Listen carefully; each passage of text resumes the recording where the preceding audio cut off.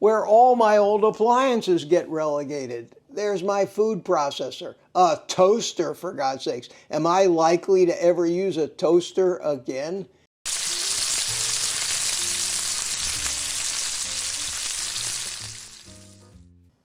Well, good morning, everybody. It's me, Mitch.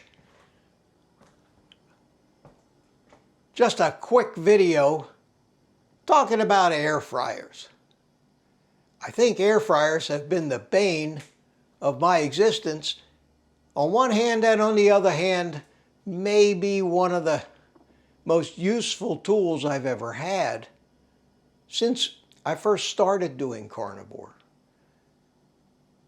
I've recommended air fryers to you.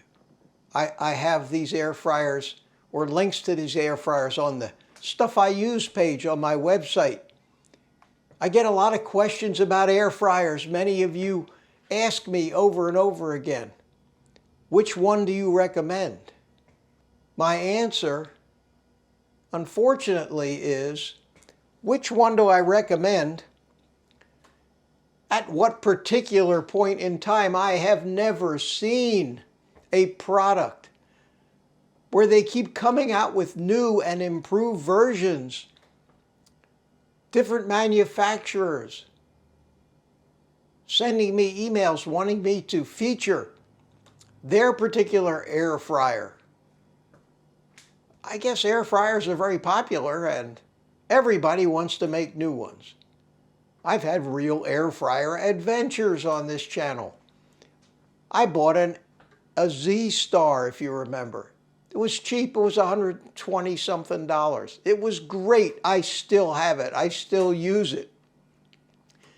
But it was available, unavailable, available, unavailable. And everybody would say, man, I really want one of those Z-Stars, but I can't get it. What do you recommend now? So I went and bought a Ninja air fryer grill, which was very, very close in features and design to the Z-Star. And I love it.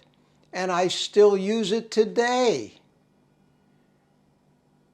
Occasionally I check my links on my webpage to see if, especially the air fryers, to see if they're still available. And the Ninja that I use, and I'm going to show it to you here, the 551, is great, goes up to 500 degrees, has a built-in thermometer. It's a really neat air fryer.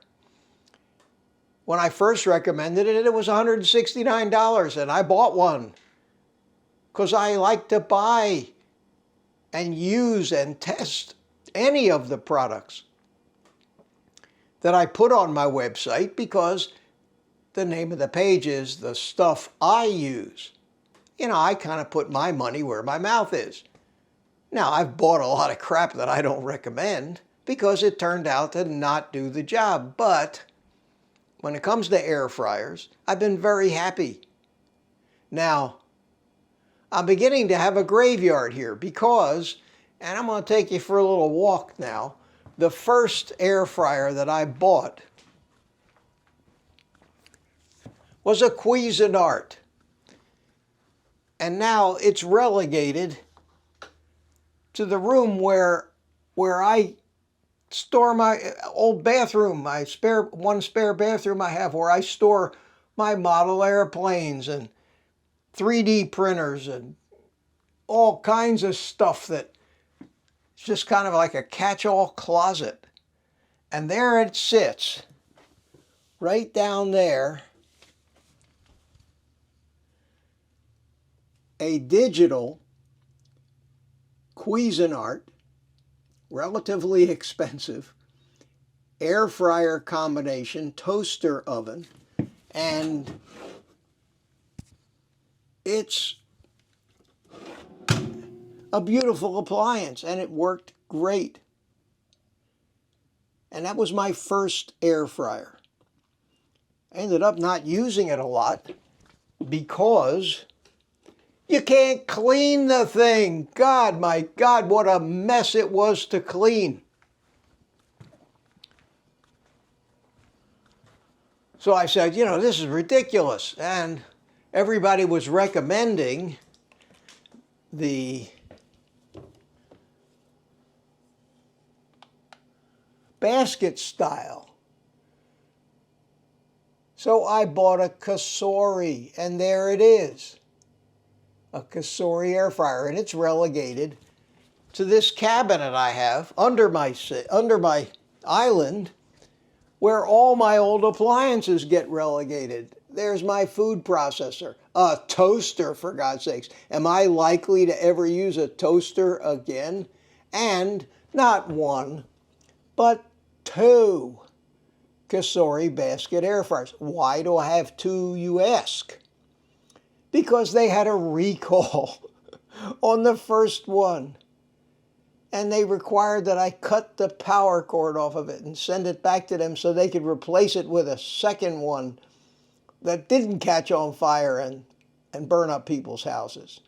Well, I have the new one, but I kept the old one because most of the parts, like the basket and everything, were the same. And I figure, well, I'll keep it. And if I ever need to replace the basket in my new one, I'll just have it. So now I have not one, but two Cosoris hiding under there.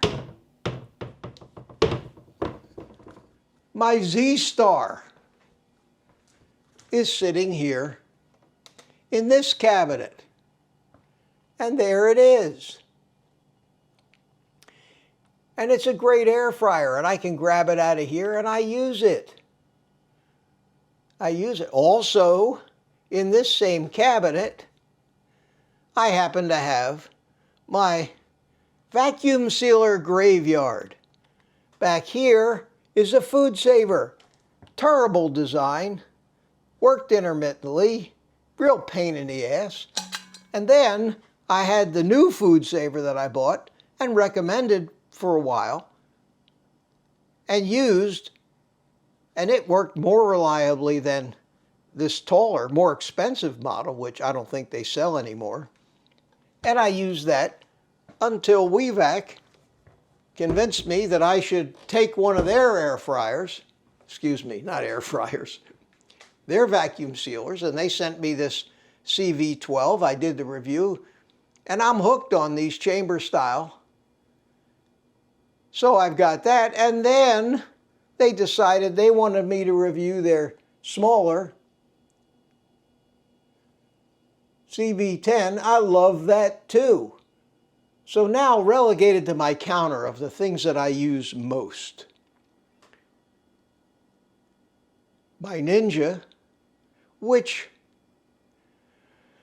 and the point of this whole exercise is my frustration.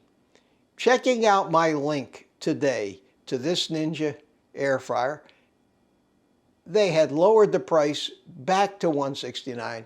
People were scarfing them up. It's a great air fryer. It's now an obsolete model, for God's sakes. And it's not available anymore.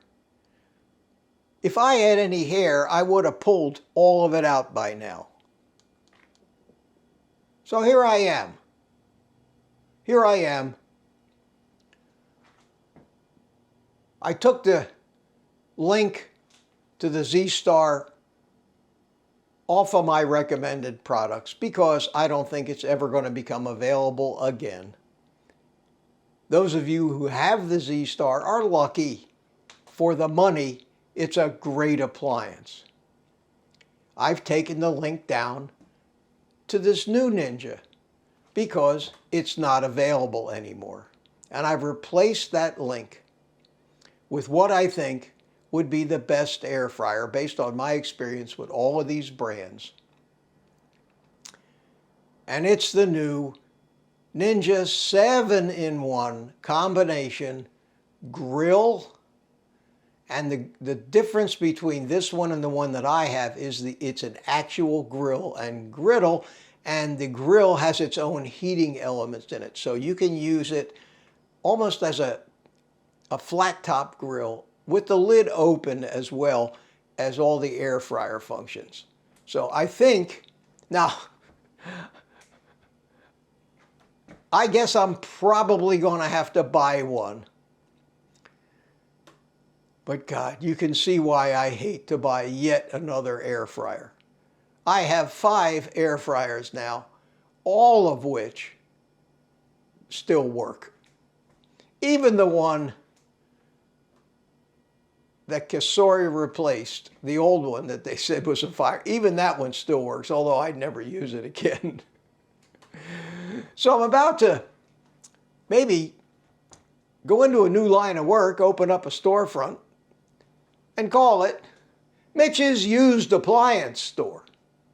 It's a good thing I've got a halfway decent sized kitchen to store all this stuff. So it's an adventure. It's an adventure.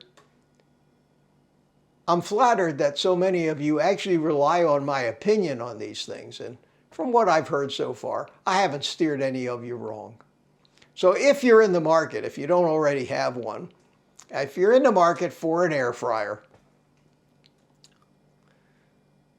I would check out my link to that new Ninja 7-in-1. The good thing about Amazon is you always have 30 days to return it. And it's almost no questions asked. I don't think many people have ever returned anything that they bought through my links, but the option is still there. For me, I'd buy one in a minute to check it out. I'm just swimming in small kitchen appliances right now. The other good news is frying pans are a different story. I'm pretty well set on my frying pans here.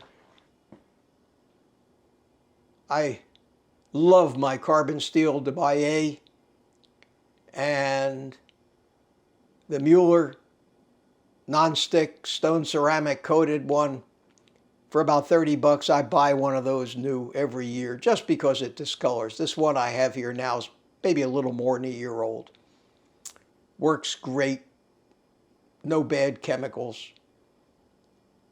And of course, the most important appliance that I use to execute the carnivore lifestyle, the most important that I use, that I think is responsible for some of the best food that I have, is my sous vide setup. And right here, it's just finishing a 24-hour cook with some baby back ribs for a video that I'm making that'll probably be released tomorrow about what I hope will be the best method to prepare baby back ribs to date. We'll see. All my recipe videos start out as experiments, and so did this one. So with all that, thanks for watching.